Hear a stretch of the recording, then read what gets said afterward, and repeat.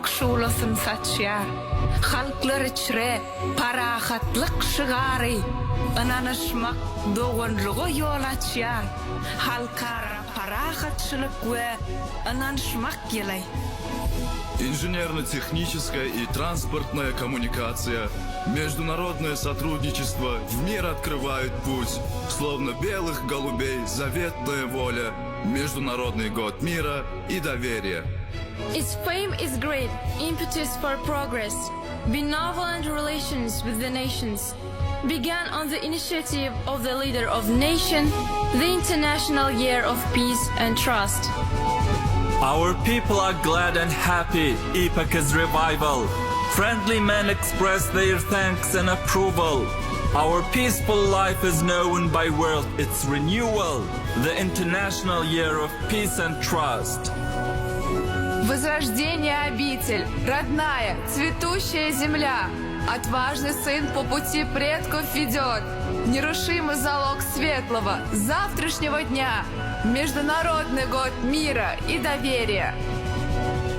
Bugün ananışmak şıgarın üçün, afuda, parahat diyarın üçün, peşkeş veren bağıtlı dövranın üçün, size alkış bolsun, kahraman arka dağımız, size şöhrat bolsun, arka dağlı, kahraman serdarımız. Size alkış bolsun, kahraman arka dağımız, size şöhrat bolsun, arka dağlı, kahraman serdarımız.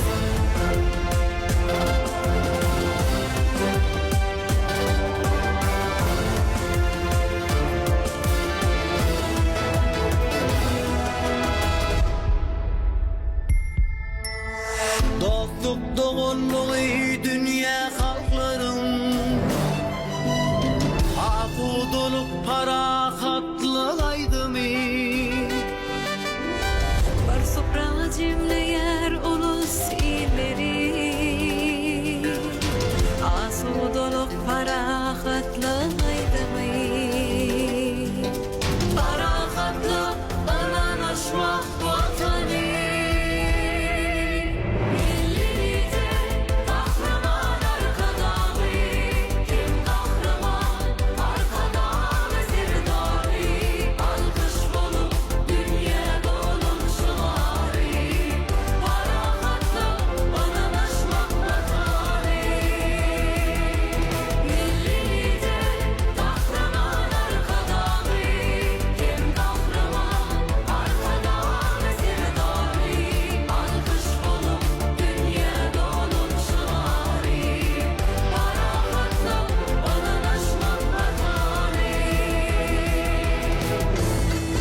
Türkmen kollarına dostluk baydağı, halkların diline dostluk aydımı.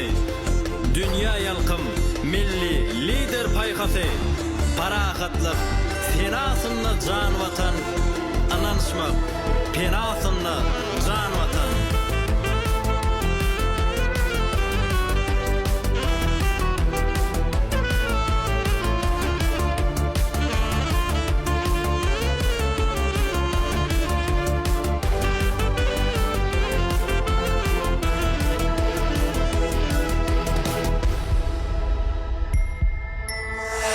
Aydın yollar öz işleri beslenir, çıgarını elem zahın seslenir. Yansalıp dur bugün batlı seslerin, asu dolu parahatlı aydımı. Parahatlı ananışmak